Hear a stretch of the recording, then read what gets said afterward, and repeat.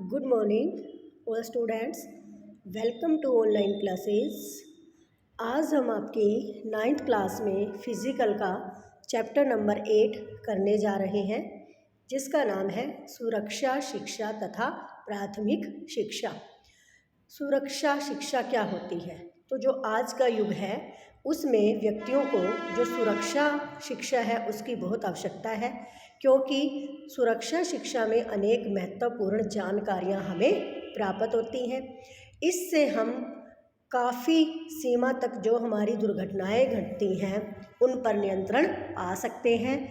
हमें दुर्घटनाओं के बारे में जानकारी मिलती है कि किस दुर्घटना से कैसे बचा जा सकता है।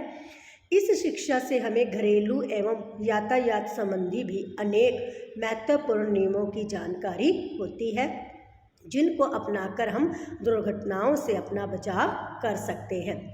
तो हमने एक प्रसिद्ध कहावत सुन रखी है कि सावधानी हटी दुर्घटना घटी, कि जैसे ही हम अपनी सावधानी को हटा देते हैं तो कोई ना कोई दुर्घटना घट ही जाती है।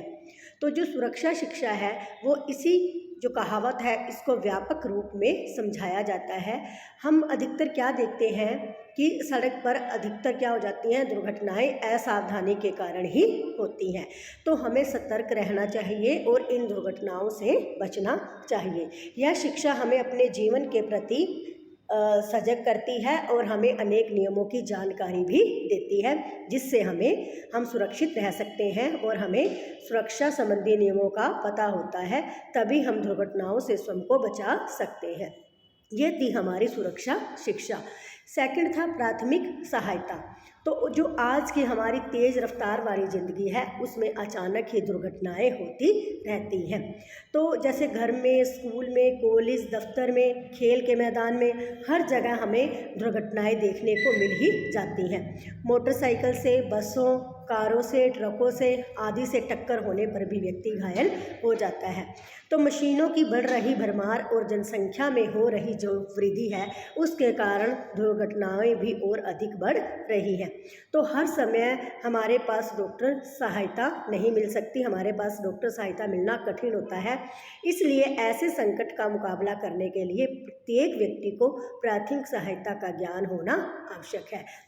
अगर हमें प्राथमिक सहायता के बारे में ज्ञान होगा तो हम कभी भी किसी की, अगर हमारे सामने कोई दुर्घटना घटित होती है तो हम उनकी सहायता कर सकते हैं, हम स्वयं की सहायता भी कर सकते हैं।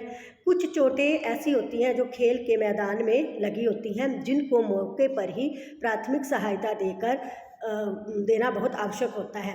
यह तभी संभव है जब हमें प्राथमिक सहायता के बारे में जानकारी होगी। तो इस प्रकार अगर रोगी की स्थिति बिगड़ रही है और उसे बचाने और उसके जीवन की रक्षा के लिए प्राथमिक सहायता का होना बहुत आवश्यक होता है। तो इसलिए प्राथमिक सहायता की आज के समय में बहुत आवश्यकता हो गई है। इसका ज्ञान प्रत्येक नागरिक को प्राप्त करना आवश्यक होना चाहिए। तो ये थी हमारी सुरक्षा शिक्षा और प्राथमिक शिक्षा क्या होती है।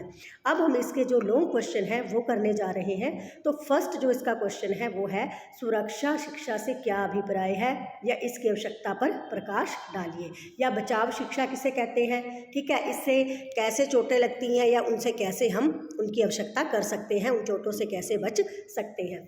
तो सुरक्षा बचाव शिक्षा का अर्थ, सुरक्षा बचाव शिक्षा से अभिप्राय उस शिक्षा से है जिसके द्वारा हम यह सीखते हैं कि हमें अपने जीवन में स्वयं का तथा दूसरों का बचाव कैसे करना है।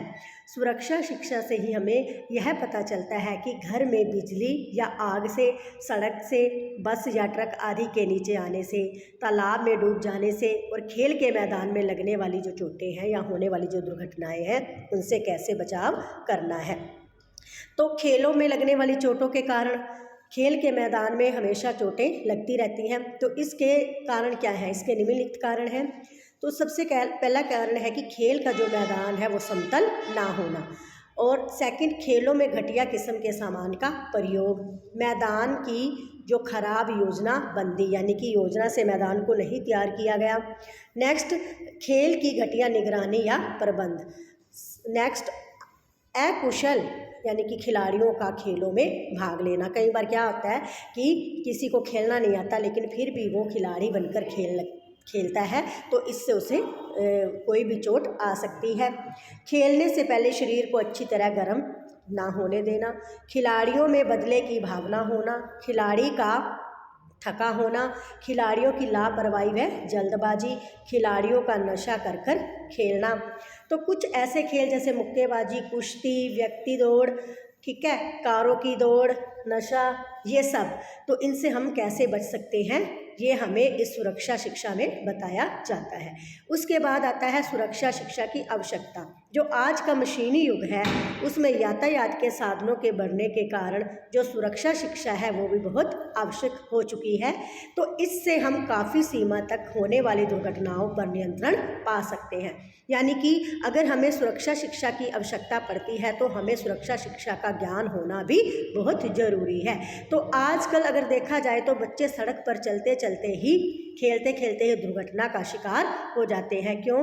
क्योंकि यातायात के नियमों का पालन यहाँ नहीं होता, इसलिए कई बार उन्हें अपनी जान से भी हाथ धोना पड़ता है। और यदि हमें सुरक्षा शिक्षा का पता होगा तो हम प्रतिदिन होने वाली दुर्घटनाओं से भी मुक्ति पा सकते हैं। तो ये आपका था फर्स्ट क्वेश्चन। सेकंड क्वेश्चन है प्राथमिक सहायता या चिकित्सा से क्या अभिप्राय है, इसकी महत्वता पर प्रकाश डालो। तो प्राथमिक सहायता का अर्थ किसी रोग के होने या चोट लगने पर किसी प्रशिक्षित या अप्रशिक्षित व्यक्ति द्वारा जो सीमित उपचार किया जाता है उसे क्या बोला जाता है, प्राथमिक चिकित्सा या सहायता। तो इसका उद्देश्य क्या होता है कि कम से कम साधनों में भी इतनी व्यवस्था होना कि चोटग्रस्त जो है उसे इलाज दिया जा सके, उसकी जो भी उसके साथ दुर्घटना हुई है उसको उसी टाइम कुछ ना कुछ ऐसी उसकी दवाई की जाए कि जिससे उसका कम नुकसान हो। यानी कि प्राथमिक जो चिकित्सा होती है वो प्रशिक्षित या अप्रशिक्षित जो भी व्यक्ति हैं उनके द्वारा कम से कम साधनों में किया गया सरल उपचार होता है, यानी कि चोट लगने के तत्काल किया गया उपचार। प्राथमिक सहायता की आवश्यकता। आज की जो तेज़ रफ्तार ज़िंदगी है उसमें अचानक दुर्घटनाएं होती रहती हैं। घरों में, स्कूलों में, कॉलेजों में, खेल के मैदानों में बहुत सी दुर्घटनाएं देखने को मिलती हैं। आजकल जो यातायात के साधन हैं वो भी बहुत बढ़ चुके हैं, जैसे मोटरसाइकिलें, कार, बस, ट्रक, इन सब से भी अधिक दुर्घटनाएं होती हैं। तो मशीनों की जो ये भरमार हो रही है और जनसंख्या जो बढ़ रही है तो इससे दुर्घटनाओं की जो गिनती है वो भी बढ़ती जा रही है।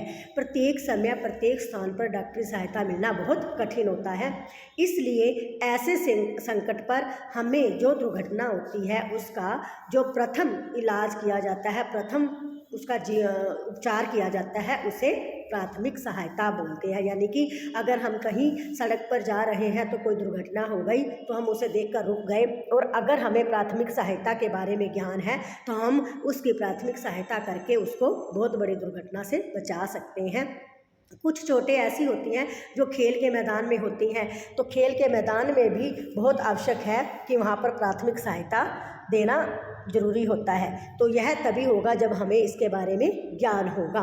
तो इस प्रकार से जो भी रोगी होता है उसकी स्थिति को बिगड़ने और बचाने से उसका बचाव या उसकी रक्षा करने के लिए प्राथमिक सहायता की बहुत बड़ी आवश्यकता होती है। प्राथमिक सहायता की महत्ता, यानी कि इसकी महत्ता क्यों है। प्राथमिक सहायता रोगी के लिए एक वरदान की तरह होती है और प्राथमिक सहायता भगवान की ओर से भेजा गया एक दूत माना जाता है। आज के मानव में कोई ना कोई किसी न किसी दुख दर्द की परवाह नहीं करता, लेकिन अगर एक प्राथमिक सहायक किसी दूसरे के दर्द को समझे और उसके दुख में शामिल होने की भावना रखता है तो यह प्राथमिक सहायता की बहुत बड़ी महत्व है। तो प्राथमिक सहायता द्वारा किसी दुर्घटनाग्रस्त व्यक्ति की बहुमूल्य जान बच जाती है। सबसे पहला महत्व यही है इसका कि हम किसी की सहायता करते हैं, उसकी जान को बचा लेते हैं।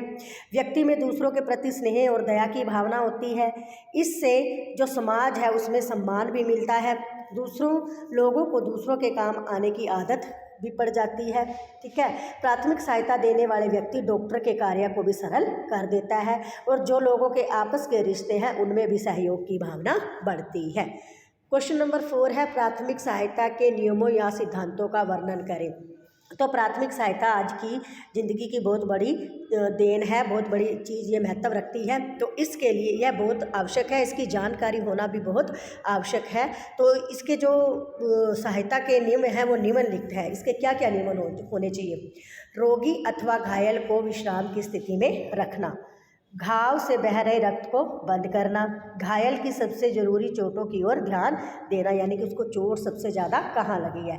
दुर्घटना के समय जिस प्रकार की सहायता की आवश्यकता हो उसे उपलब्ध करवाना, घायल को के पास भीड़ को इकट्ठा ना होने देना, उसकी अंत तक सहायता करना, घायल को सदमे से बचाकर रखना, उसे प्राथमिक सहायता देने में कोई भी संकोच ना करना, जो घायल है उसकी सहायता देते समय सहानुभूति वाला व्यवहार रखना, विनम्र रहना, किसी डॉक्टर के पहुंचने तक उसके पास रहना और फिर डॉक्टर का भी प्रबंध करना, रोगी को आराम से लेटे रहने देना चाहिए जिससे उसको तकलीफ़ ज़्यादा ना बढ़ सके। मतलब ये ऐसी चीज़ें हैं, ऐसे नियम हैं जिनका पालन करने से हम घायल को बहुत बड़ा उपचार दे सकते हैं, उसको एक बड़ी दुर्घटना से बचा सकते हैं।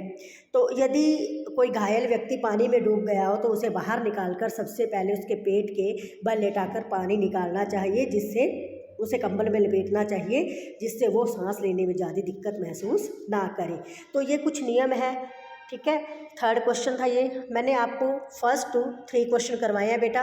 ये 3 के 3 क्वेश्चन आप अपनी कॉपी में राइट भी करोगे और लर्न भी करोगे। नेक्स्ट वीडियो में हम इसके नेक्स्ट क्वेश्चन करेंगे। धन्यवाद।